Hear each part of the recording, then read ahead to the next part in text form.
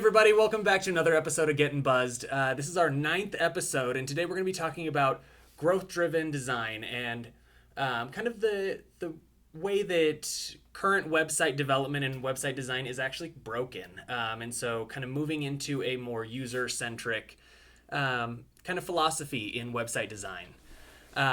I'm Dustin Brackett, CEO and founder of HIVE Digital Strategy. And with me, as always, is Michael Tebow. He's our business development manager and just killing it with the finger guns.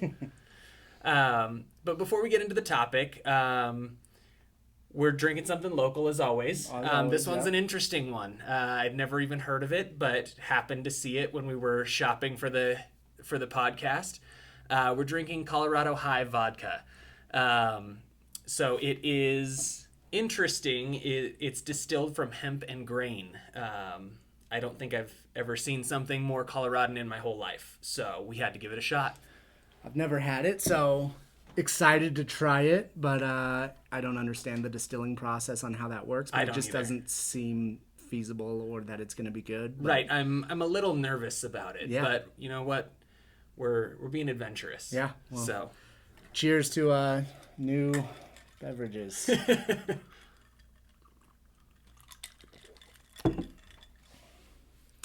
And so like we talked about, we're gonna be chatting about growth-driven design and kind of a new philosophy in website development. And we've had a lot of guests over the first 8 episodes. And so today's guest is actually just me. So we're taking it back to the roots. It's just the two of us. I feel like I've got too much elbow room up here. I know, it's kind of weird, right? Yeah. And I feel like I should be sitting in the middle. I'm like leaning over here to make room for a third guest. And probably out of frame, but... Absolutely. Well, cool. Yeah, I guess I'll be conducting this interview, huh? Yeah. Grilling you. So, well, I guess give everybody a little bit of background. If this is their first episode or they're not familiar with HIVE, tell everybody a little bit about who you are, who HIVE is, and maybe just, the general 30,000-foot overview of growth-driven design. Sure. Well, so I actually started this company in 2014. I had a different name. We have kind of an interesting story of how we kind of grew up and had to grow up pretty quickly. So left a good job before, and wasn't really fulfilled and always knew that I would start a business. The opportunity kind of presented itself at a much younger age than I expected. Yeah, sure. So I was 24 when I started the company, and the name of it was Be Social at the time. So like BEE. I don't really understand. So clever. Yeah, I don't. So clever. Right. I thought it was at the time. Yeah. And we talked to Jeremy Miller kind of a little bit about that, and didn't really do a whole lot of testing with that. Mm-hmm. And so started that in 2014, and by 2015 had decided we needed to grow up. We needed to do more, be more. The whole idea with Be Social is we were going to be doing just social media. Right. And quickly we had, clients, hey, we need a website developed. We need SEO. We need email. We need all of these different things that we weren't prepared to offer. Like I had done them, my team had done them previously, but we weren't expecting that question. Right. And so actually got a call from HubSpot one day and, talking to me about kind of marketing automation and how it can kind of change the way we're doing things. Yeah. And, I was a little skeptical. We're a year into the business.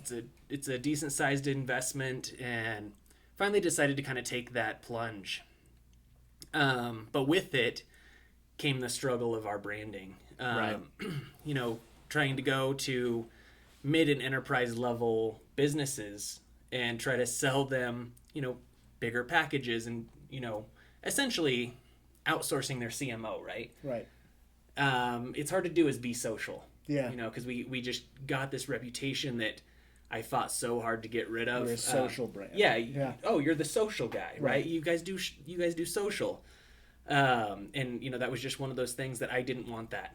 I didn't want that to be who we were. Right. And especially now, looking back, I'm so glad that we made that decision, because you can't be the social guy now. I, as the sales guy here, am very glad that before I was on this team, we kind of made that shift as well, because social, while it's such an integral part to any business, and almost any business, it's very hard to pick the ones that do not need it, but it is such a small chunk of the marketing, and there's so much more that leads up to it. So I'm glad that we made that shift, because I think our team has a lot more fun doing other pieces as well. And again, while that's still something that we do, it's just one small fraction of the entire business. Exactly. Like, it's such a small piece of what we do now. And it's so weird to think back.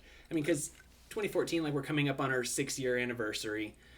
It doesn't seem that long ago. Right. And I remember having those conversations with like small businesses of like, I don't understand social. Right. Like, why do we have to do social? Yeah. And now it, like, if you're not doing it, people are like, what's wrong with you? Who doesn't have a Facebook page? Yeah. But it is such a small piece of what we're doing now that, and it's also like the landscape's changed a lot. Yeah. With social, the pay to play is becoming real. Yeah. And it's hard to reach your audience. Sure. Just organically. Yeah. And everyone loves to use the viral kind of buzzword right now, and it's so much harder today than it was in 2014. Seems so easy. It's not, though. Right. Like, and there are still a lot of businesses doing social poorly, but that couldn't be our identity. Right. And so, since then we've grown a lot, and actually adding a new team member on Monday, which is exciting. Yeah, that is exciting. And now we're a HubSpot Platinum partner agency, one of only a handful in Colorado. Yeah. It was a big goal that we set for ourselves this year, and actually hit it faster than I honestly expected to. Right. So that was a very exciting thing, and to be able to go to inbound as a platinum agency, like, those are big deals. Yeah. But yeah, and so what's interesting with our business and our industry is things change like by the minute. And there's always a new tool, there's always a new strategy, there's always Google putting out random updates that just turns everything upside down. Yeah. It's crazy how they could just control the digital space like that. Like, if Google was just like, hey, for April Fools this year, we just want all search engine optimization people to light their hair on fire, like, they could make that happen. Yeah. Google and Facebook, they're like, we're changing a small piece of our algorithm, we're doing a little bit different, and everybody just starts scrambling. Oh yeah.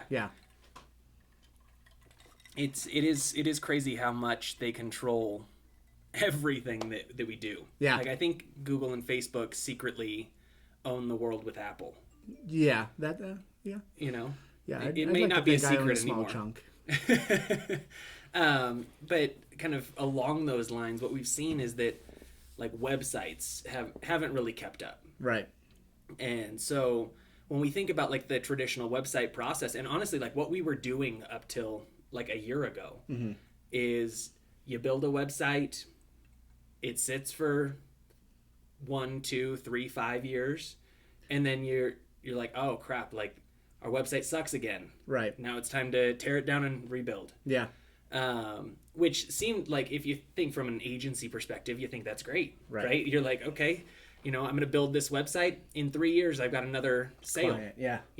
Just don't mess this one up. I got another sale in 3 years. Build a good one, and then they'll come back in 3 years, and we'll build another good one. But there are just so many issues with it. Right. Like, the way that we build or the way that 99% of agencies build websites, or even people building websites themselves, is just broken. Because we're, like, from so many angles.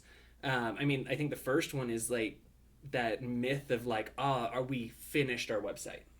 Our website's finished. Right. Like, we'll have clients even call us up and say, hey, we just finished our website and now we want to market. Right. And, we get that call all the time, and we're like, finished your website? Like, that's project complete? This is not how this works anymore. Like, your website has to be like a living, breathing thing. Right. And, one of my favorite things to kind of explain to a client is, your website is your best salesman. Right. Like, our website is way better than you. Right. I agree. But I mean, like, if you think about it, like, your website is always accessible. Yeah. It doesn't matter if somebody's looking for you at 3 a.m. You're not answering the phone. Right. But our website's there. They can get the information they're looking for. They can request a demo, or buy a product, or fill out a form. Well, even more important than that, think about the digital age versus the phone age. Like, I don't know if the phone age actually exists, but who's still picking up the phone and call? Like, you're going through chat bots, you're going through chat customer service. So, like, your website is totally making, like, nobody's picking up the phone to call us and say, hey, we're interested in marketing. People are sending a form or, scheduling a meeting online just through a calendar link or something like that versus picking up the phone to call anymore. So that's why it does need to be so up to date versus that phone call during business hours. Exactly. I mean, it's our world has changed. Yeah. Like, it used to be you were looking to buy something, you called a salesman, you talked to him about what can this do for me. Right. You bought or you didn't buy. Yeah. Right. And today we're like, the power is all on the consumer. Yeah. They don't have to talk to you. Right. Right. They don't want to talk to you. Sure. Like, they're going to go do their research. They're going to figure out what the right solution for them is. Sure. And then they're going to buy it. Yeah. And we're seeing more and more of that process never involve a salesperson. Right. Right. And I mean, for service-based businesses like ours, Yeah. I don't think that ever becomes a thing where Sure. somebody just Phew. I don't see somebody just doing their research and then buying their whole marketing package on our website. Like, that's not probably a feasible thing, at least not in the near future. Totally. But they're still doing that research. Yeah. Like, a big chunk of that research. They don't need you to tell them what we do or how we do it. Sure. So the conversations that you or most salespeople are having is rapport building, right? It's, we're the right partner for you. You want to work with us. Right. It's no longer like, let me tell you about features and benefits. Right. So, I mean, it's so interesting, and I get the question all the time, even of like, should we put pricing on the website? And it's just one of those things, like, anytime I'm looking, specifically software companies, please listen. If you don't have pricing on your website, I'm moving on. Totally. And it's part of that research process, and you have to answer those questions. Right. Because they're not going to call you and ask you for it. Right. They're not going to fill out your form and say, yeah, let me see a demo. Totally. Or let me talk to a salesperson. That's not a thing. Yeah. Like, it's all user experience, and we have to get out of this old school mentality of, we're just going to, our website's a brochure. Right. Because it's not. Right. It's not that anymore. So, and like I said, it's an evolving piece. Your website is never finished. Yeah. You have to continuously kind of figure out what your users are looking for, what they want to see, what information they're after. Right. Because if you're not doing that, I mean, why even have a website? Yeah. Like, people aren't just going there to check out your branding and look at your portfolio. Right. Yeah, I mean, I think of it as, man, your website really is your brand and your marketing. And what kind of marketing initiatives are you doing where it's just like, oh, we did marketing last year, we're not doing marketing this year. That was a 2018 thing for us. So we don't do any marketing in 2019. And that's where your website should be, is it's like, yeah, we built a new website in 2018, but we need to continuously improve that. Right. We didn't do a marketing initiative in 2018 to not do one in 2019. We're going to build upon that. We're going to keep making it better. We're going to redo that one or something like that. And that's kind of where the website has to live as well. Yeah, they're no longer projects, Right. is the thing. Like, we have to get out of this project mindset of, let's build a website. Great, like, here's the start date, here's the end date. We're done. Done. Like, and we that's don't not need a to do thing. it again forever. Yeah, like, we'll revisit this in 5 years and see what needs to be updated. Think about how far that's going to drop behind. Yeah, I mean, we were just talking about 2014. We started our company in 2014. Right. Almost 6 years ago. So, like, there are tons of companies out there that built their website in 2014 and are now looking to build a new one. Yeah. Can you imagine how outdated that is? Right. Like, we were just talking about how companies are, at that time, were still thinking social media was a fad. Yeah. Like, this was going away. I don't think we need to spend our time there. And today we're talking about, wait, you don't have a Facebook page? Right. What's wrong with you? Right. Like, are you lost? Well, and we were talking about the Google algorithms and the Facebook algorithms, and If your website isn't keeping up with those types of things, your SEO has fallen so far behind. The on-page stuff has fallen so far behind. Absolutely. And so if you're not keeping up to date with even the copyright at the bottom of the page, if it says, copyright 2017, that is hurting your website. It's Right. those little things that, people don't recognize are really detractors from their website. Yeah, it's a living, breathing thing. Yeah. And, and I think, like I said, there are many obstacles to kind of the traditional perception of websites. Yeah. Right. And I think the next one is like, who is your website built for? Mm-hmm. And so we see this all the time. Like your website in general was probably built for one of two people. It was built for the owner or the marketing manager, whoever, somebody in the company. Right. Or it was built for your designer. Yeah. Like your developer had an idea of what this needed to be. They wanted to follow their creative whim. Right. And, it's built for one of those two people. Right. The problem is, which of those two people is paying the bills? Yeah. Who's buying anything? Which of those two people is buying anything from you? I'm going to assume neither. Right. Yeah. Exactly. And so, like, even though your website is all focused on the user, right? It's meant for prospects to come there, for current clients to come there, things like that. Sure. Those have always been forgotten. Like, it makes no sense. Mm-hmm. Your website is for them, but we're not going to take into consideration what they care about. Right. Or what they want to see or how they want to use the website. Right. And so it's just completely confusing that, people will build a website and they're like, our bounce rate is so high. People aren't coming back to our website. Yeah. Of course they're not. Right. Why would they? You're Right. not giving them any reason to do so. So I think it's interesting that, all this time spent and money, tens and hundreds of $1,000s to build a website. Right. And you're not even considering who's going to buy from you. Right. So it's just a kind of a mind-blowing thing to think about when you really dive into it. So if you don't have the data and analytics behind your last website, or maybe you're a new business and this is going to be your first website, you do kind of build, and correct me if I'm wrong, do you build it for yourself or the designer's kind of freedom, or how do you kind of test before it goes up, and then what are the next kind of steps? So I think the way that we approach it and kind of my personal feeling on it is that you don't necessarily know, right? Like, you don't know, especially that new company that I need a website. I've never had a website. Right. We've been in business for 3 days. Yeah. You don't really know. Totally. Like, you have an idea maybe. You kind of know who your target personas are, hopefully, or at least a general idea. But you don't officially know. Yeah. So in that case, like, you've got to take some educated guesses. But kind of the beauty of growth-driven design, which we haven't really even got into what growth-driven design is yet. Right.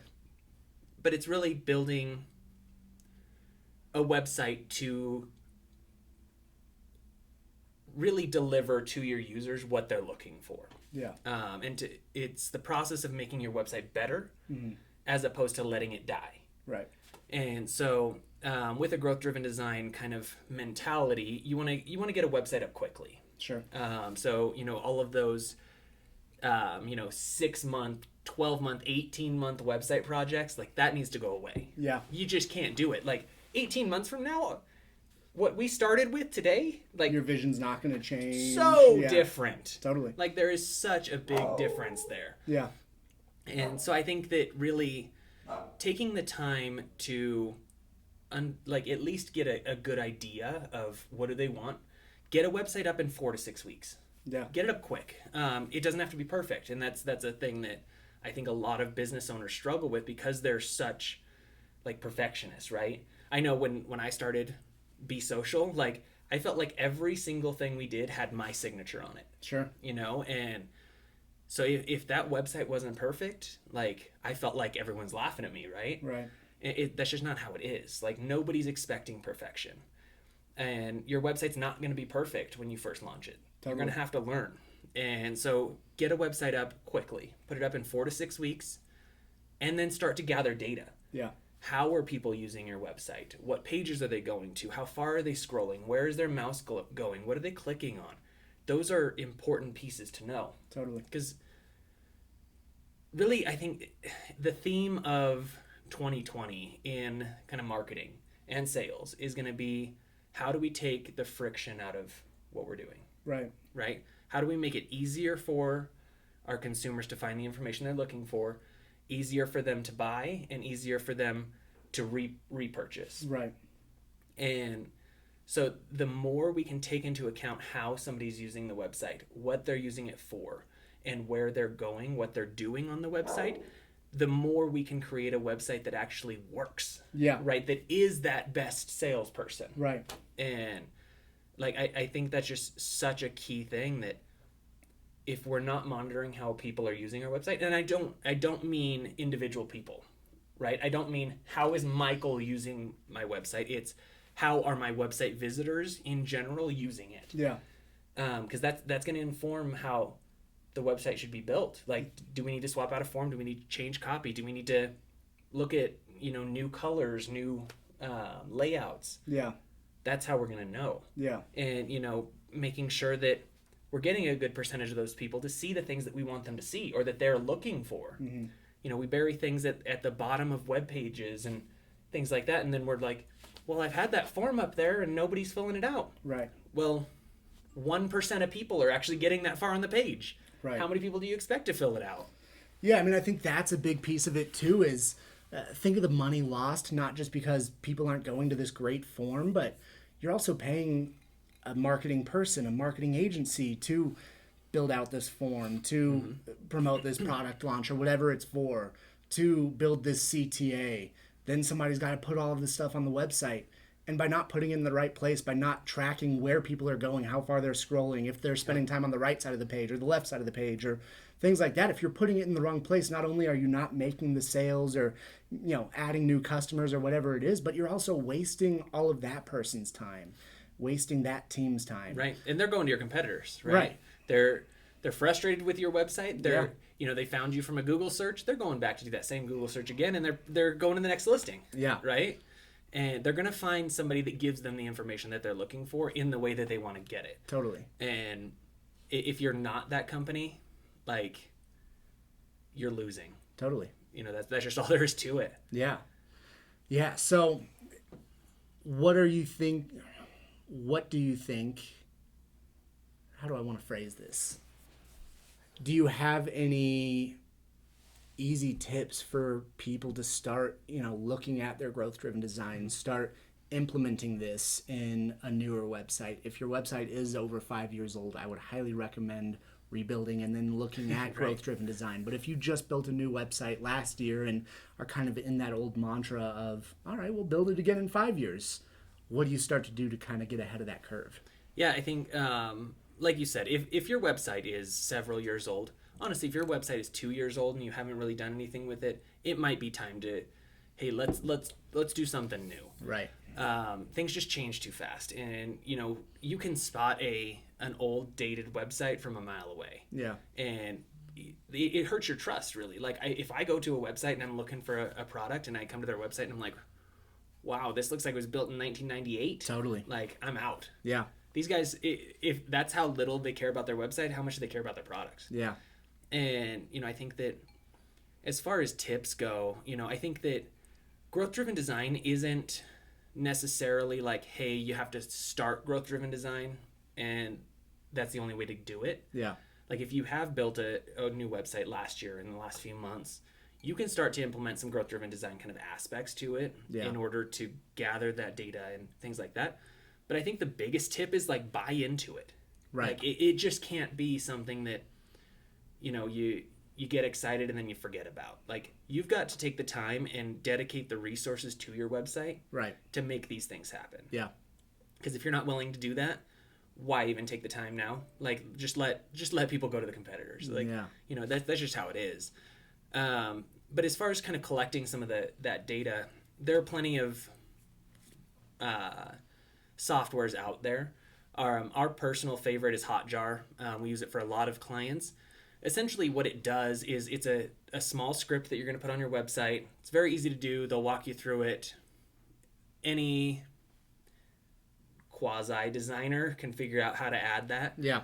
And it can be added to any website. It doesn't matter if you're building on WordPress or HubSpot or Wix or fully coded HTML. And what it does is it starts to track those things that we were talking about, right? How far are people scrolling on your website? What pages are they visiting? Where are they clicking? Are they clicking on things that aren't clickable? Right. What percentage of people are seeing your forms, seeing your calls to action? All of those things. Yeah. And it's powerful information. Yeah. Hotjar also, I think, has a free version too. So like it doesn't have to be this giant expense. Right. Interesting. I think the next tip is, do something with the data. Right. I think that, most businesses have like a Google Analytics, and, we'll talk to them and what do your Google Analytics look like? How many people are you getting to the website? And they're like, I'll get back to you. Yeah. I know that we have Google Analytics. Right. Like, there's no point in having data if you're not going to act on it. Right. And it's such powerful data that, like, just don't waste it. Right. If you're going to start to see trends, you're going to see people, on specific pages. Hey, maybe they're not willing to scroll as far. Maybe they're focused on their time on one side or the other. Maybe having that giant banner that takes the whole screen, fold, your whole area above the fold. Maybe that's not your best play. Right. Maybe it is. Like, these are things that you need to know. Totally. And you're going to get that data with a Hotjar or any of the other softwares out there that do that. Right. But then you have to act on it. You have to use it. Yeah. And make those changes. And they should be made monthly. Like, you need to review this constantly and see, how can my website be better today than it was yesterday? Yeah. And if you're not taking that time and dedicating the resources, and we have clients that are dedicating specific people on their team just to look at website stuff. It has to be. Your website is so powerful. Right. And if you're willing to kind of spend that time up front and do those things, then you're gonna win. Right. But I do think, that's great advice. I think even if you don't have, that one person who can, or an entire team that's dedicated to your website, to making updates. Right. Not everybody can dedicate that kind of resource. Right. Yeah. Not everybody's got as big of a team, but at least monthly, you got to be looking at the data and analytics behind your website, behind your marketing, behind your sales, behind anything that you're doing. Right. And figure out how to improve it, how to make it better. And your website is really no different. Yeah, absolutely. I think too many people just think of their website as a brochure. Right. And that's just not how people are using it. Or think of it as I've got to have it because everybody else has right. it. Which, like you said, I hate to beat a dead horse, but like, it really is your best salesman. It really is that thing that's going to be there 24/7 when nobody else is there to answer the phone call, when nobody else is there to give out all the information, when nobody's going door to door. That thing is literally going door to door into people's offices, into people's homes, onto their cell phones. Yeah.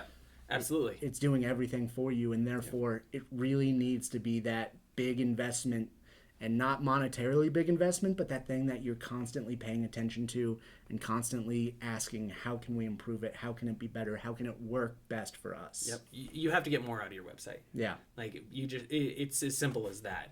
Like, every business, even if you're using growth-driven design, can get more out of their website. Right.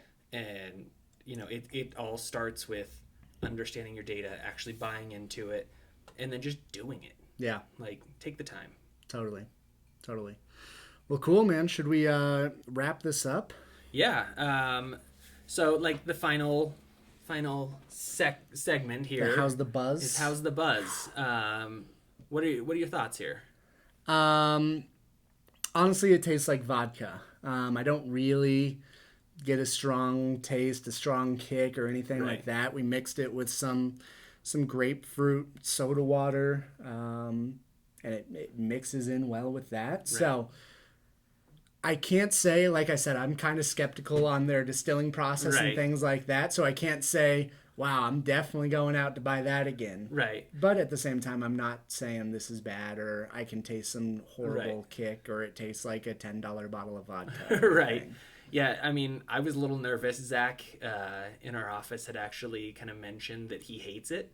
And so, was just a little nervous about, like, is this going to be bad? Right. And so we probably diluted it a little more, and I made the drink, so I probably diluted it a little more than we would have with something that I hadn't had that feedback with Right. from originally. Yeah.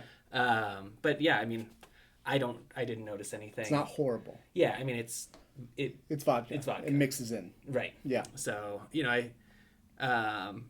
I'm not a huge vodka drinker. I think I mentioned that when we had Breckenridge on. It's not my spirit of choice. Forte. Yeah. But this isn't one that I'd be like, oh, I'll never get that. Yeah. Like it tastes like vodka. Yeah. It's fine. It's Colorado vodka. Right. Well, cool.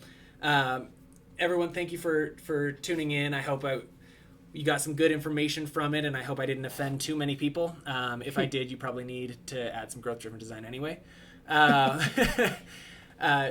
Make sure to like and subscribe, and we'll have another episode next week. Cheers, everybody.